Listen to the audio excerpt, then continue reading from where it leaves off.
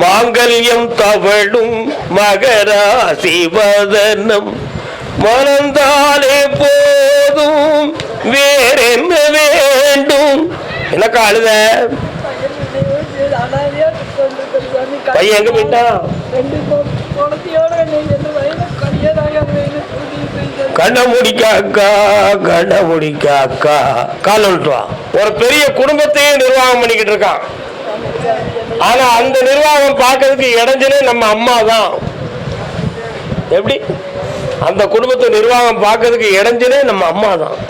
அவ இருந்தா என்ன போனா என்ன, பெத்தாச்சு வளர்த்தாச்சு, வாலிபம் வந்தாச்சு.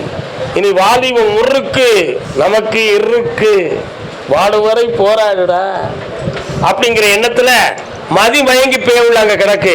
அதை தூக்கிட்டு வந்து காலில் போட்டா போவா, கால் வந்துவா அடிப்பே உள்ள நான் பாத்துக்கிட்டேன். நீ போ.